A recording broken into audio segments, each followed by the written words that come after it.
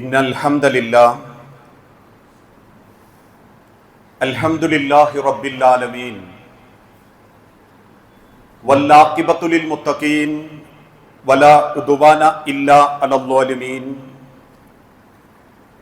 വഉസല്ലി വഉസല്ലിമു അലാ അഷ്റഫിൽ അംബിയാഇ വൽ മുർസലീൻ നബിയിനാ മുഹമ്മദിൻ വഅലാ ആലിഹി വഅസ്ഹാബിഹിൽ ഫായിസീന ബിരില്ലല്ലാഹ്. اللهم صل على محمد وعلى آل محمد كما صليت على إبراهيم وعلى آل إبراهيم وبارك على محمد وعلى آل محمد كما باركت على إبراهيم وعلى آل إبراهيم إنك حميد مجيد. أعوذ بالله من الشيطان الرجيم. بسم الله الرحمن الرحيم. يا أيها الذين آمنوا اتقوا الله حق تقاته ولا تموتن إلا وأنتم مسلمون. يا أيها الناس اتقوا ربكم الذي خلقكم من نفس واحدة وخلق منها زوجها وبث منهما رجالا كثيرا ونساء واتقوا الله الذي تساءلون به والأرحام إن الله كان عليكم رقيبا. بسم الله الرحمن الرحيم. إذ تلقونه بألسنتكم وتقولون بأفواهكم ما ليس لكم به علم وتحسبونه هينا وهو عند الله عظيم.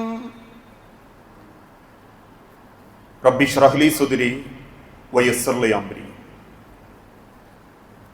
സ്നേഹാദരണീയരായ സത്യവിശ്വാസി വിശ്വാസിനി സഹോദരങ്ങളെ, സർവലോക രക്ഷിതാവായ അള്ളാഹുവിന്റെ നിയമങ്ങളും നിർദ്ദേശങ്ങളും അന്ത്യപ്രവാചകൻ മുഹമ്മദ് മുസ്തഫ റസൂലുള്ളാഹി സല്ലല്ലാഹു അലൈഹി വസല്ലമയുടെ ജീവിതചര്യകളും സ്വന്തം ജീവിതത്തിന്റെ എല്ലാ രംഗത്തും അള്ളാഹുവിനെ സ്നേഹിച്ചുകൊണ്ട് ജീവിതത്തിൽ പകർത്തണമേ എന്ന് ആദ്യമായി ഉണർത്തുകയാണ്, വസിയത്ത് ചെയ്യുകയാണ്. നമ്മൾ ജീവിച്ചുകൊണ്ടിരിക്കുന്ന ഈ കാലഘട്ടത്തിൽ ഒരുപാട് പരീക്ഷണങ്ങളിലൂടെയും പ്രതിസന്ധികളിലൂടെയുമാണ് നമ്മൾ ഓരോരുത്തരും ജീവിച്ചുകൊണ്ടിരിക്കുന്നത്. സത്യത്തിൽ ഈ പരീക്ഷണങ്ങളും പ്രയാസങ്ങളും നമ്മളെ ഒരു ഭാഗത്ത് ബുദ്ധിമുട്ടിക്കുന്നുണ്ടെങ്കിലും ഇന്ന് ഏറ്റവും കൂടുതൽ ആളുകൾ സങ്കടപ്പെട്ടുകൊണ്ടിരിക്കുന്നത് മനുഷ്യർക്കിടയിൽ നഷ്ടപ്പെട്ടുകൊണ്ടിരിക്കുന്ന സ്നേഹവും കരുണയും സൗഹാർദ്ദവും പരസ്പരം കൊടുക്കേണ്ട ബഹുമാനങ്ങളൊന്നും പലരും കൊടുക്കുന്നില്ല, അതൊക്കെ ഇല്ലാതായിക്കൊണ്ടിരിക്കുന്നു എന്നതാണ് അതിനേക്കാൾ ഏറെ വലിയൊരു പരീക്ഷണം. നമ്മൾ കൊടുക്കേണ്ട പദവി, നമ്മൾ കൊടുക്കേണ്ട ബഹുമാനം, ഒരാളോട് കുടുംബത്തോടും നമ്മൾ കാണിക്കേണ്ട മര്യാദ, ഇതൊന്നും പലർക്കും ജീവിതത്തിൽ വലിയ പ്രാധാന്യമുള്ളതായി തോന്നാത്ത ഒരു കാലഘട്ടം. ഒരു ഉദാഹരണത്തിന്റെ ഭാഷയിൽ പറഞ്ഞാൽ, ഏതാനും ചില ദിവസങ്ങൾക്ക് മുൻപ് ഒരു നിക്കാഹിൽ പങ്കെടുക്കുകയുണ്ടായി. ആ നിക്കാഹിൽ ചെറുപ്പക്കാരന് കൈപിടിച്ചു കൊടുത്ത വാപ്പ ആ പിതാവിനെ പിന്നീട് കാണുന്നത് തന്റെ ജീവിതത്തിലെ ഏറ്റവും മനോഹരമായ, ഒരുപാട് പ്രാർത്ഥനയോടുകൂടി തന്റെ മകളെ കൈപിടിച്ചേൽപ്പിച്ച ആ സദസ്സിൽ പിന്നീട് ആ പിതാവിനെ കാണുന്നത് ഭക്ഷണ ഹാളിൽ ഒരു പ്ലേറ്റും പിടിച്ച് ക്യൂ നിന്ന് പിന്നീട് ഇരിക്കാൻ സ്ഥലം കിട്ടാതെ അതേ പ്ലേറ്റ് നിന്ന് ഭക്ഷിക്കുന്ന ഒരു സാഹചര്യം. ഇതാണ് ഇന്നത്തെ പലരുടെയും മര്യാദ. ഇതാണ് ഇന്ന് പല കുടുംബങ്ങളിലും നടന്നുകൊണ്ടിരിക്കുന്ന മര്യാദ. ഇങ്ങനെ പരസ്പരം കൊടുക്കേണ്ട എല്ലാ രംഗത്തും ആ ഒരു മര്യാദയില്ലായ്മയും ബാധ്യതയില്ലായ്മയും നമ്മളെ പല നിലക്കും സങ്കടപ്പെടുത്താറുണ്ട്. ഒരാൾ നന്നാവുന്നത് മറ്റൊരാൾക്ക് സഹിക്കുന്നില്ല. ഒരാളുടെ നേട്ടം കാണുമ്പോ നമ്മളൊക്കെ പറയുന്നത് പോലെ ചിലർക്ക് ചിലരെ കുറിച്ച് എന്തെങ്കിലുമൊക്കെ കുറെ പറഞ്ഞിട്ടില്ലെങ്കിൽ ഒരു സമാധാനം കിട്ടുന്നില്ല. ഏത് കാര്യത്തിലും ഒരു നെഗറ്റീവ് മൈൻഡ് വെച്ച് എല്ലാ കാര്യത്തിലും ഒരു കുത്തിത്തിരിപ്പുണ്ടാക്കി ഏത് വിഷയത്തിലും വേണ്ടാത്ത ചില അഭിപ്രായങ്ങൾ നടത്തി ആളുകളുടെ മാനത്തിനും അവരുടെ കുടുംബത്തിനും അവരുടെ ജീവിതത്തിനും വലിയ സങ്കടങ്ങൾ ഉണ്ടാക്കുന്ന ആളുകളാണ് ഇന്ന് പലരും. അതുകൊണ്ടാണ് പ്രവാചകൻ സല്ലല്ലാഹു അലൈഹി വസല്ലമ ഓർമ്മപ്പെടുത്തിയ ഒരു വാക്ക്, അള്ളാഹു നൽകുന്ന പരീക്ഷണങ്ങളിൽപ്പെട്ടൊരു പരീക്ഷണമാണ് സ്വന്തം സ്വഭാവത്തിന്റെ വൈകല്യം തിരിച്ചറിയാതിരിക്കുക എന്നുള്ളത്. എന്റെ ആ സ്വഭാവം മോശമാണ്, എനിക്ക് ആ സ്വഭാവം ഒന്ന് മാറ്റണം എന്ന് ചിന്തിക്കേണ്ടതിന് പകരം ആ സ്വഭാവത്തെ ന്യായീകരിച്ചു കൊടുക്കുന്ന ആളുകൾ. ഇബാദത്തിന്റെ ഭംഗി പലർക്കും സ്വഭാവത്തിൽ കൊണ്ടുവരാൻ സാധിക്കുന്നില്ല. ഇബാദത്തിന്റെ ഭംഗിയെപ്പോലെ എന്റെ സ്വഭാവം, റബ്ബേ എന്റെ സ്വഭാവം ഒന്ന് എനിക്ക് നന്നാക്കി തരണം, എന്റെ അമിത ദേഷ്യം, എന്റെ ഉത്തരവാദിത്തമില്ലായ്മ, എന്റെ ഈ തൊട്ടടുത്തുള്ള ആളുകളുടെ മനസ്സ് പോലും മനസ്സിലാക്കാതെയുള്ള പരിഹാസം, എന്തിനും ഏതിനുമുള്ള എന്റെ അപ്രായോഗികമായ വെറുതെയുള്ള വാക്കുകൾ, ഇങ്ങനെയുള്ള പല സ്വഭാവങ്ങളെ തൊട്ടും എന്നെ നീ കാക്കണം റബ്ബേ. കാരണം അക്മലൽ മുഅ്മിനീന ഈമാനൻ അഹ്സനുക്കും ഖുലുഖ, ഒരാളുടെ വിശ്വാസം പൂർത്തീകരിക്കപ്പെടുന്നത് നമസ്കാരം കൊണ്ടും നോമ്പ് കൊണ്ടും മാത്രമല്ലെന്നും അഹ്സനുക്കും ഖുലുഖ, അവന്റെ സ്വഭാവം കൂടി പരിഗണിച്ചിട്ടാണ് അള്ളാഹു നാളെ പരലോകത്ത് അവന്റെ സ്വർഗവും നരകവും തീരുമാനിക്കുക എന്ന് ഹബീബായ നബി തങ്ങൾ ഓർമ്മപ്പെടുത്തിയിട്ടുണ്ടെങ്കിൽ ആ സ്വഭാവത്തിന്റെ നന്മ നഷ്ടപ്പെടുത്തുന്ന ഏത് സ്വഭാവക്കേടിൽ നിന്നും നമ്മൾ അള്ളാഹുവിനോട് പ്രാർത്ഥിച്ചുകൊണ്ടിരിക്കണം. അതുകൊണ്ടാണ് നബി സല്ലല്ലാഹു അലൈഹി വസല്ലമ സൂചിപ്പിച്ചതും നിങ്ങൾ ഓരോരുത്തരും നിരന്തരം പ്രാർത്ഥിക്കേണ്ട ഒരു പ്രാർത്ഥന, അല്ലാഹുമ്മ ഇന്നി അഊദു ബിക, റബ്ബേ ഞാൻ നിന്നോട് ശരണം ചോദിച്ചുകൊണ്ടിരിക്കുന്നു, കാവല് ചോദിച്ചുകൊണ്ടിരിക്കുന്നു, മിൻ മുൻകറാത്തിൽ അഖ്ലാഖി, വെറുക്കപ്പെട്ട സ്വഭാവങ്ങളിൽ നിന്ന്. എത്ര ഇബാദത്ത് നന്നായാലും സ്വഭാവം നല്ലതല്ലെങ്കിൽ, ചിലരെ പറ്റി പറയാറില്ലേ, ആളൊക്കെ നല്ല ദീന, പക്ഷേ ദേഷ്യം പിടിച്ച ആളൊരു പ്രാന്തന. പലരും അങ്ങോട്ടും ഇങ്ങോട്ടും പറയാറുണ്ട് പല സ്വഭാവ വൈകല്യങ്ങളെ കുറിച്ചും. ഒരാളെന്റെ സ്വഭാവത്തിൽ ഇന്നത് പോരാ എന്നൊരു ഭാര്യയാണ് ഭർത്താവിനെ ബോധ്യപ്പെടുത്തുന്നതെങ്കിൽ തിരിച്ച് നിന്റെ സ്വഭാവം അത്ര നല്ലതൊന്നും അല്ല എന്നല്ലൊരു വിശ്വാസി സൂചിപ്പിക്കേണ്ടത്. എന്റെ സ്വഭാവം ഒരാളെ വേദനിപ്പിക്കുന്നുണ്ടെങ്കിൽ, എന്റെ ആ എടുത്തടിച്ച മറുപടി ഒരാളെ മനസ്സ് മുറിപ്പെടുത്തുന്നുണ്ടെങ്കിൽ, എന്റെ ആ ആവശ്യമില്ലാത്ത ഇടപെടലുകൾ ഒരു കുടുംബത്തിൽ പ്രശ്നങ്ങൾ ഉണ്ടാക്കുന്നുണ്ടെങ്കിൽ, അല്ലാഹുവേ എന്റെ ആ സ്വഭാവത്തിൽ എനിക്കൊരു നിയന്ത്രണം നീ എനിക്ക് ഏൽപ്പിച്ചു തരണം. വൽ അഅ്മാലി, എന്റെ പ്രവർത്തികൾ മറ്റൊരാളെ സങ്കടപ്പെടുത്തുന്നുണ്ടെങ്കിലും, വൽ അഹ്വാഇ, എന്റെ ഇച്ഛകൾ, എന്റെ സ്വയം തോന്നലുകൾ മറ്റൊരാളെ ബുദ്ധിമുട്ടിക്കുന്നുണ്ടെങ്കിലും അതിൽ നിന്നെല്ലാം എന്നെ നീ രക്ഷിക്കണം റബ്ബേ എന്ന് നബി സല്ലല്ലാഹു അലൈഹി വസല്ലമ നിരന്തരമായി പ്രാർത്ഥിക്കാറുണ്ടായിരുന്നെന്ന് ഇസ്ലാമിക ചരിത്രത്തിൽ നമുക്ക് മനസ്സിലാക്കാൻ സാധിക്കും. കാരണം ഒരു മനുഷ്യന്റെ ഏറ്റവും വലിയ ദുർഗന്ധമാണ് അവന്റെ സ്വഭാവ വൈകല്യം.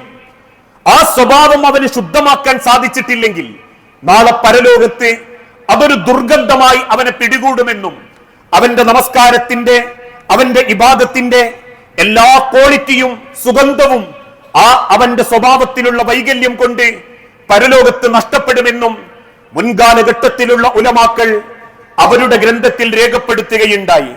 അതുകൊണ്ട് അള്ളാഹുവിന്റെ ഹബീബായ നബി തങ്ങൾ ഓർമ്മപ്പെടുത്തി, അള്ളാഹുവിന്റെ തിരുദൂതൻ പറഞ്ഞതായി അബൂ ഹുറൈറ റളിയല്ലാഹു അൻഹു പറയുന്നു, യഖൂലു, നബി സല്ലല്ലാഹു അലൈഹി വസല്ലമ ഒരിക്കൽ സൂചിപ്പിച്ചു, ഇന്നല്ലാഹ കരിഹലക്കും, അള്ളാഹു നിങ്ങളെ തൊട്ട് വെറുക്കുന്നുണ്ട്, സലാസൻ, 3 സ്വഭാവങ്ങൾ.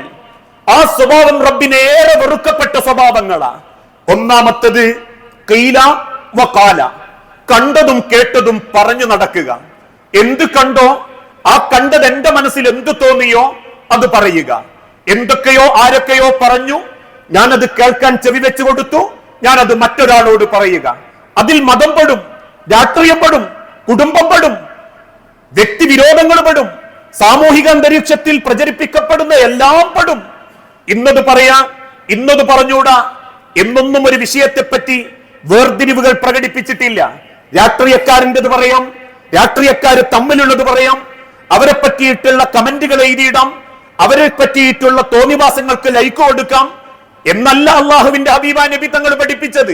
ഏതൊരു വിഷയത്തിൽ ഇടപെടുന്ന സമയത്തും ഖീല വഖാല, കണ്ടതും കേട്ടതും പറയുക എന്നുള്ളത് ഒരാളെ പാപിയാക്കാൻ കാരണക്കാരനായി തീർക്കും.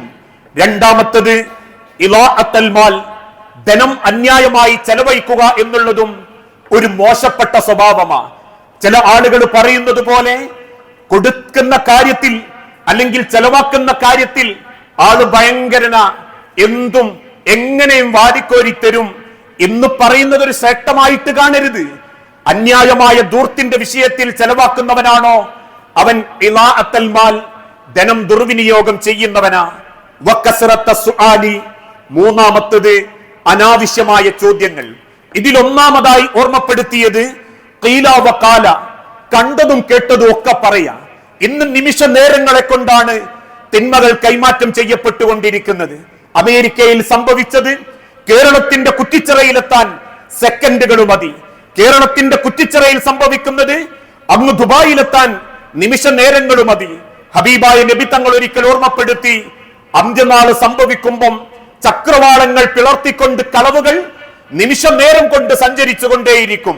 ഇന്ന് കളവുകളാ ഏറ്റവും കൂടുതൽ കൈമാറ്റം ചെയ്യപ്പെട്ടുകൊണ്ടിരിക്കുന്നത്. ചിലത് കേൾക്കാനും ചിലത് പറയാനും ചില ആളുകൾ കാത്തിരിക്കുകയാ. എന്തെങ്കിലും ഒന്ന് കേൾക്കണം, അതാരോടെങ്കിലൊക്കെ ഒന്ന് പറയണം. എന്തെങ്കിലൊക്കെ ഒന്ന് കണ്ടത് എനിക്കെന്ത് തോന്നിയോ അത് ആളുകൾക്കിടയിലൊക്കെ ഒന്ന് വർണ്ണിച്ചു പറയണം.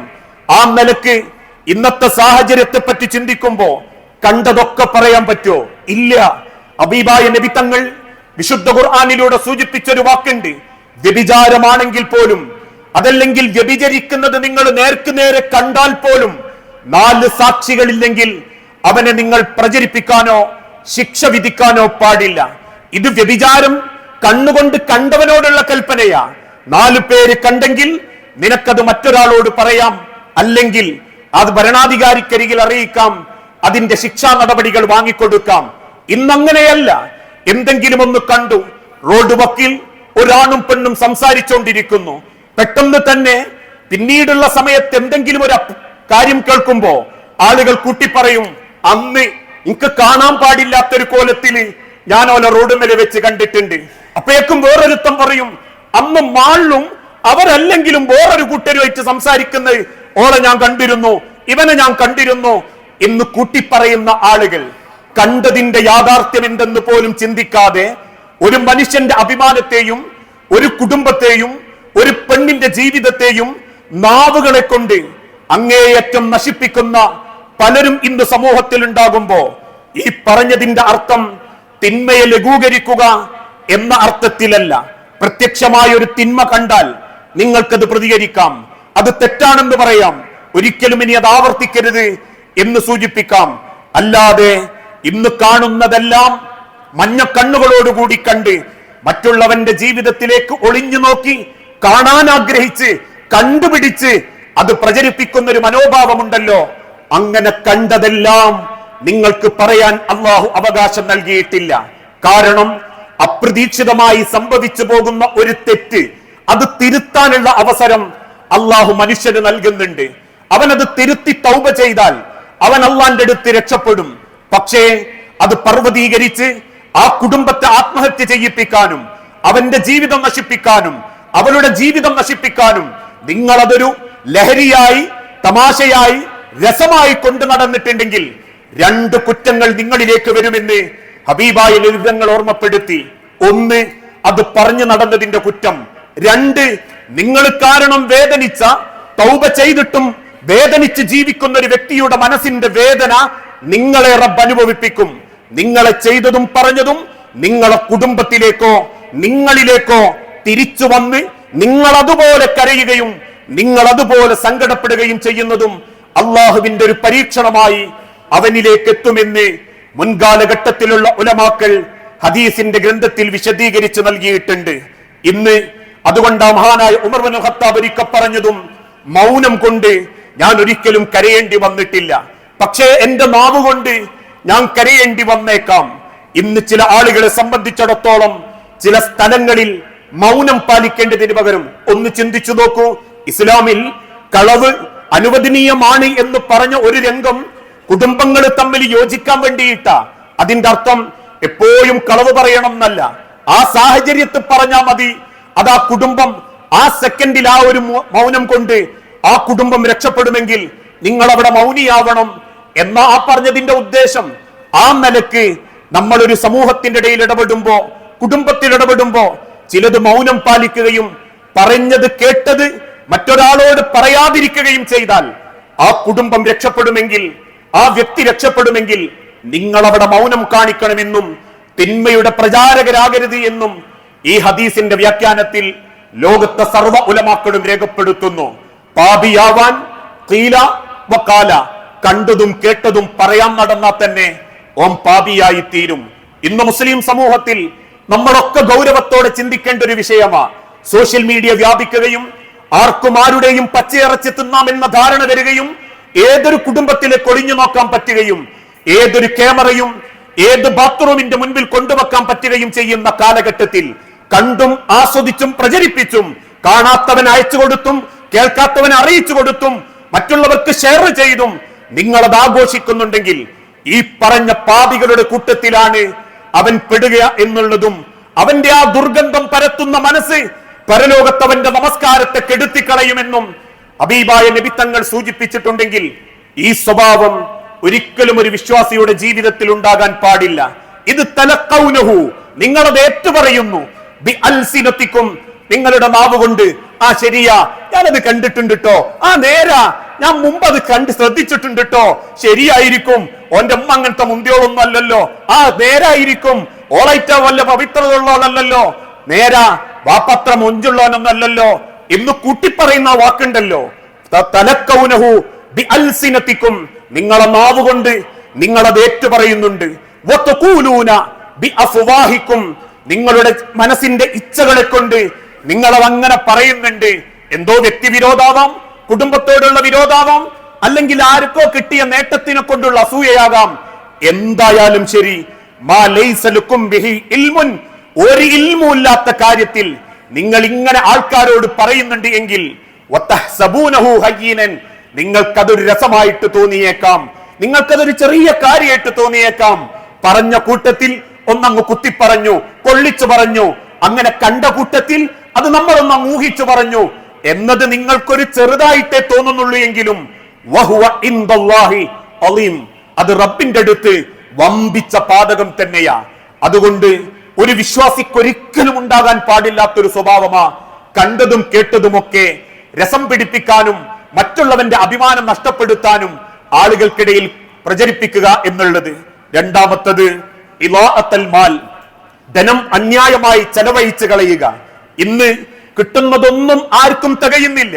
പണ്ടത്തെ കാലത്തെ അപേക്ഷിച്ച് 150 രൂപ കൂലിയുള്ള കാലഘട്ടത്തിൽ നിന്ന് 1500 രൂപ ദിവസക്കൂലി കിട്ടിയിട്ടും ആളുകൾക്ക് തികയുന്നില്ല.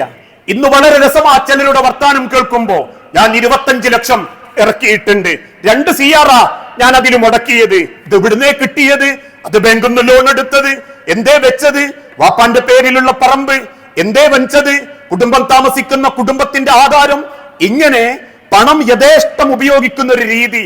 അവിടെ 5 കൊടുത്തു, ഇവിടെ 50 ഞാൻ മുടക്കി, അവിടെ 2 CR വെച്ചു, ഇവിടെ 10 CR ഞാൻ മുടക്കണമെന്ന് വിചാരിച്ചിട്ടുണ്ട് എന്ന ഒരു ലാഘവത്തോടുകൂടി ഹറാമിൽ മുങ്ങിക്കുളിച്ച് ജീവിച്ച് മരിക്കുന്ന ആളുകൾ ഇന്ന് സമൂഹത്തിൽ കൂടിക്കൊണ്ടിരിക്കുകയാണ്. എന്താ കാരണം? ചെലവാക്കുന്നതിൽ ആ സ്റ്റാറ്റസ്, ചെലവാക്കിയിട്ട സ്റ്റാറ്റസ് ഉണ്ടാക്കല്, പൈസ യഥേഷ്ടം ചെലവാക്കി എന്താർഭാടത്തിനും ആഘോഷത്തിനും പണം കൊണ്ട് സ്റ്റാറ്റസ് ഉണ്ടാക്കാൻ മത്സരിക്കുമ്പോ ആളുകൾക്ക് സമ്പത്തിൽ ശേഖരിക്കുന്നതിലോ സമ്പാദിക്കുന്നതിലോ ചെലവഴിക്കുന്നതിലോ യാതൊരു കൺട്രോളും ഇല്ലാണ്ടായിക്കൊണ്ടിരിക്കുന്ന കാലഘട്ടം. നമ്മളൊക്കെ പറയാറില്ലേ, 500 ചെലവാക്കിയ എന്ന് പറഞ്ഞ് അങ്ങ് പോകും, വലിയ ക്വാളിറ്റി ആയിട്ടാ പറയല്. 1000 ഉറുപ്യ വീട്ടിലിരുന്നിട്ടേ ഉള്ളൂ, പെട്ടെന്ന് ചെലവായി.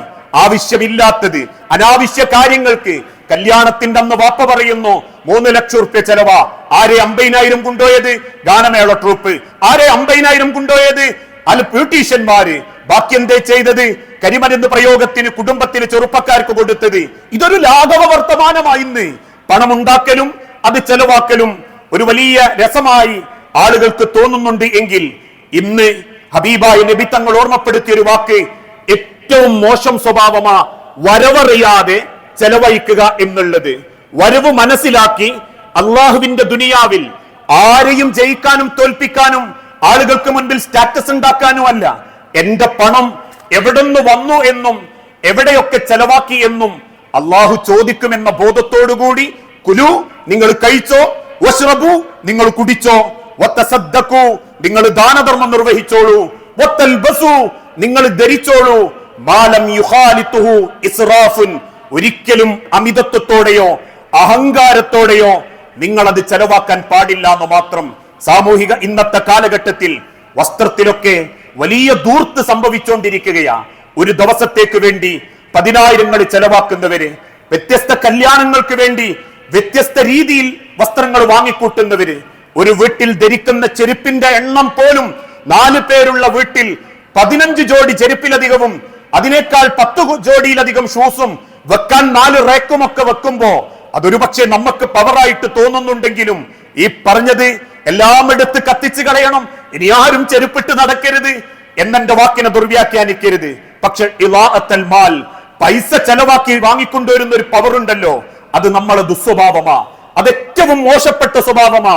അതിന് എത്രത്തോളം നമ്മളെ സ്വാധീനിക്കാൻ കഴിഞ്ഞിട്ടുണ്ട് എന്നുള്ളതിന്റെ നേർക്കാഴ്ചകളാ.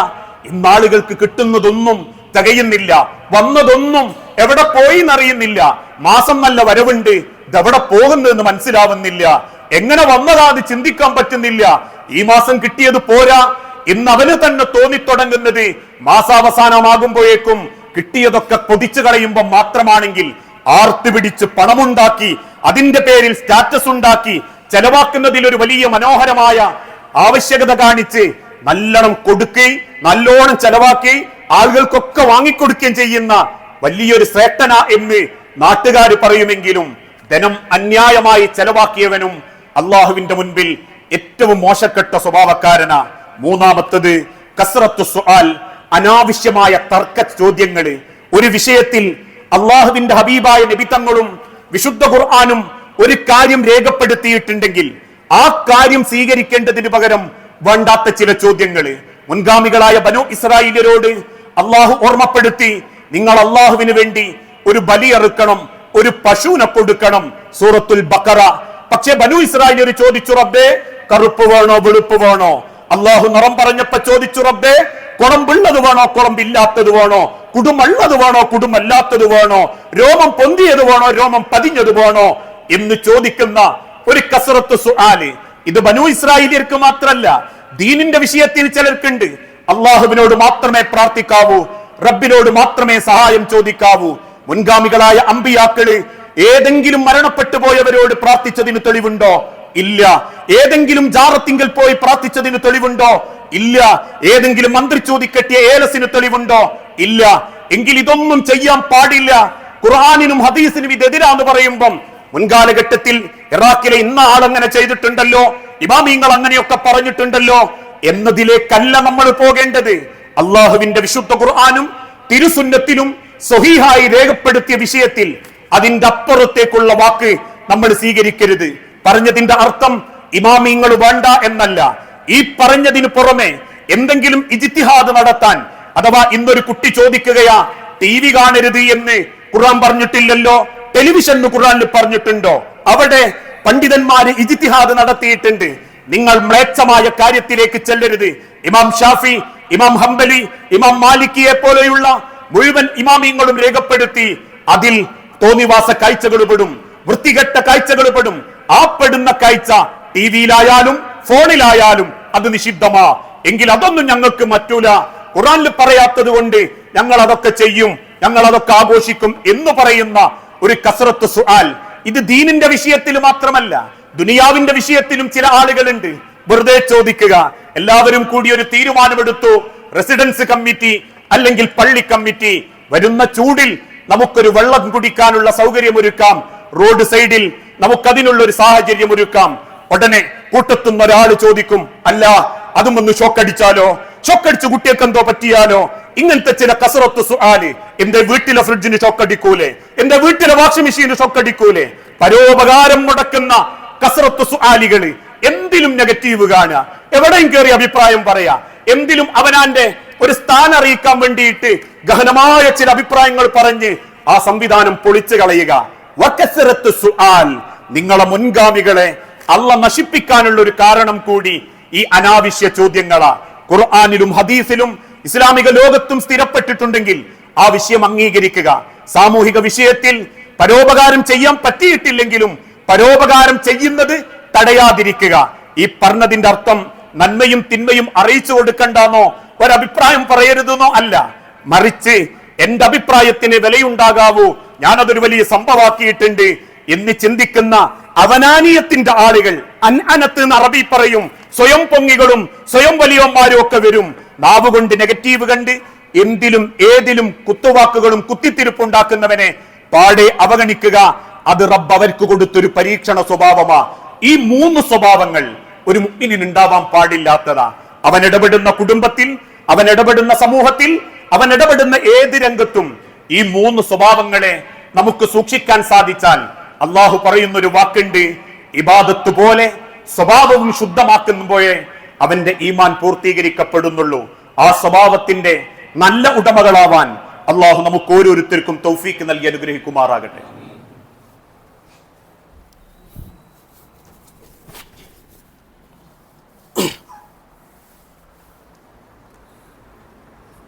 അൽഹംദുലില്ലാഹ് വസ്സലാത്തു വസ്സലാമു അലാ റസൂലിൽ അമീൻ വഅലാ ആലിഹി വഅസ്ഹാബിഹി അജ്മഈൻ, അമ്മാ ബഅദ്. യാ അയ്യുഹന്നാസ് ഊസീകും സാനിയം ബിതഖ്വല്ലാഹ്. ജീവിതത്തിന്റെ ഒരു രംഗത്തും അള്ളാഹുവിനെ മറന്നു പോകരുത് എന്ന് എന്നോടെന്ന പോലെ നമ്മളിൽ ഓരോരുത്തരോടും വസിയത്ത് ചെയ്യുകയാണ്, ഉപദേശിക്കുകയാണ്. ഇൻഷാ അല്ലാഹ് അള്ളാഹുവിന്റെ തൗഫീഖ് ഉണ്ടെങ്കിൽ ഹാജിമാർ അള്ളാഹുവിന്റെ വിളിക്കുത്തരം നൽകി കഅബാലയത്തിങ്കൽ തവാഫ് ചെയ്യുമ്പോൾ നാട്ടിൽ ഈദുൽ അദ്ഹ ബലി പെരുന്നാൾ ആഘോഷിക്കാൻ നമുക്ക് അവസരം ലഭിച്ചേക്കാം. അള്ളാഹു അനുഗ്രഹിക്കുമാറാകട്ടെ.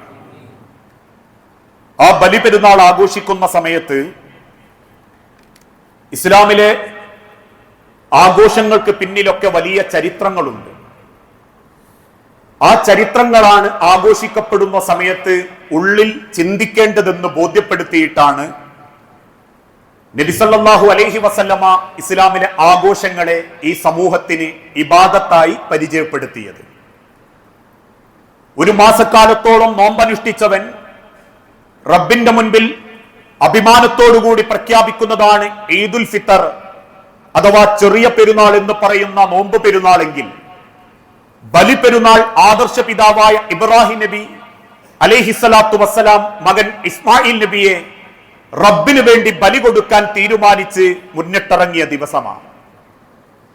പല ആഘോഷങ്ങളും ജീവിതത്തിലേക്ക് സ്വീകരിക്കുന്ന നമ്മൾക്ക് എല്ലാ ആഘോഷങ്ങളും കേവലം ആഘോഷങ്ങൾ മാത്രമാണ് എന്നുള്ളത് കൊണ്ടാണ് കേരളക്കരയിൽ ഏത് ആഘോഷം വരുമ്പോഴും നമ്മൾ അതിന്റെ പ്രചാരകരും ഭാഗവുമാകാനുള്ള കാരണം. മഹാബലി വന്ന് തലക്ക് ചവിട്ടി ഭൂമിയിലേക്ക് താഴ്ത്തിയാലും, അതല്ലെങ്കിൽ സൂര്യഭഗവാനെ തൃപ്തിപ്പെടുത്താൻ വേണ്ടി വിളക്കുകൾ കത്തിച്ച് പടകം പൊട്ടിക്കുന്ന വിഷുവാണെങ്കിലും പല നിലക്കും നമ്മൾ അതിന്റെ പ്രചാരകരാകുന്നത് അതിന്റെ പിന്നിലുള്ള ചരിത്രം പഠിക്കാത്തത് കൊണ്ടാണ്. അവിടെയാണ് ഇസ്ലാം പഠിപ്പിച്ച 2 ആഘോഷങ്ങൾ, ഒരു ഇബാദത്ത് എന്ന മനസ്സോടുകൂടി നിർവഹിക്കേണ്ട 2 ആഘോഷങ്ങൾ.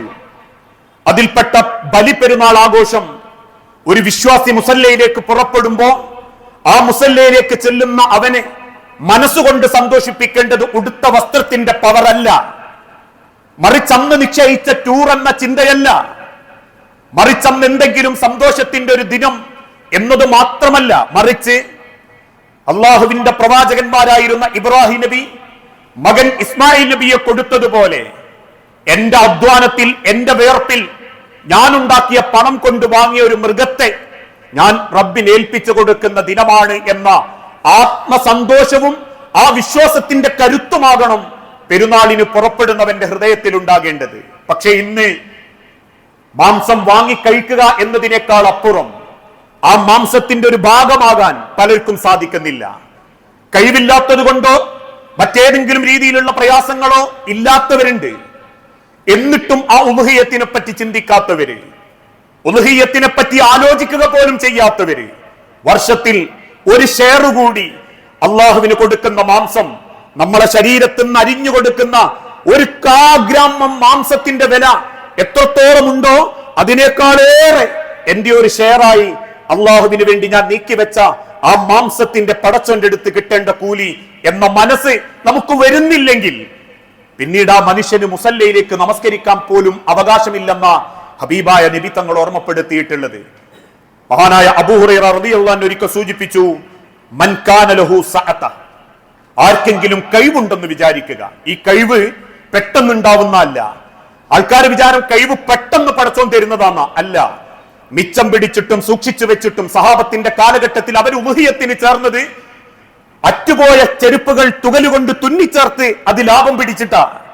കത്തിത്തീരാറായ മെഴുകുതിരിയുടെ കുറ്റിയിലേക്ക് വീണ്ടും അതിന്റെ മാവ്, അതിന്റെ മെഴുകു കൂട്ടിവെച്ച് ഒരു ദിവസം കൂടി കത്തിച്ചിട്ട് അവര് മിച്ചം പിടിച്ച്, ഒരു റൊട്ടി കഷണം പകുതി ചീന്തി വെച്ച് നാളത്തേക്ക് നീക്കി വെച്ച് പകുതി റൊട്ടി കൊണ്ട് അവര് പൈസ പിടിച്ച മിച്ചം പിടിച്ച്, ആ മിച്ചം പിടിച്ച പണം കൊണ്ട് അവർ അള്ളാന്റെ മാർഗത്തിൽ ബലിയറുത്തിരുന്നു. അങ്ങനെ ആർക്കെങ്കിലും മിച്ചം പിടിച്ചു കൊടുക്കാൻ കഴിവുണ്ടായിട്ടും അതിനൊന്നും ശ്രമിക്കാതെ വർഷങ്ങളോളം വാങ്ങിക്കൊണ്ടുപോയി തിന്നുക എന്നൊരു മനോഭാവത്തോടു കൂടി മാത്രം ജീവിക്കുന്നവരാണെങ്കിൽ, വലം യുദഹി, അവൻ അറുക്കുന്നില്ലെങ്കിൽ, ബലി അവൻ തീരുമാനിച്ചിട്ടില്ലെങ്കിൽ, ഫലാ തഖ്റബന്ന മുസല്ലാന, അവൻ എന്റെ മുസല്ലയിലേക്ക് വരേണ്ടതില്ല. ഹബീബായ പ്രവാചകൻ സല്ലല്ലാഹു അലൈഹി വസല്ലമ ഓർമ്മപ്പെടുത്തുന്ന വാക്ക. നമ്മളെ കയ്യിലുള്ള പണത്തിൽ എല്ലാ സമയത്തും അത് നിറഞ്ഞു നിൽക്കുന്നു, ആ സമയത്തേക്ക് അതിന് കഴിവുണ്ടാവണമെന്നും അല്ല. ചില നല്ല നീയത്തോടെയും നല്ല ചിന്തയോടെയും നമ്മളെ മനസ്സ് പാകപ്പെട്ട ആ നീയത്ത് പൂർത്തീകരിക്കാൻ പടച്ചോൻ ഒരു വഴി കണ്ടിരും. അല്ല, എല്ലാ കൊല്ലവും വാങ്ങിക്കൊണ്ടുപോയി തിന്നണം തന്നെയാ നീയത്തെങ്കിൽ അതും പടച്ചോൻ സാധൂകരിച്ചു തരും.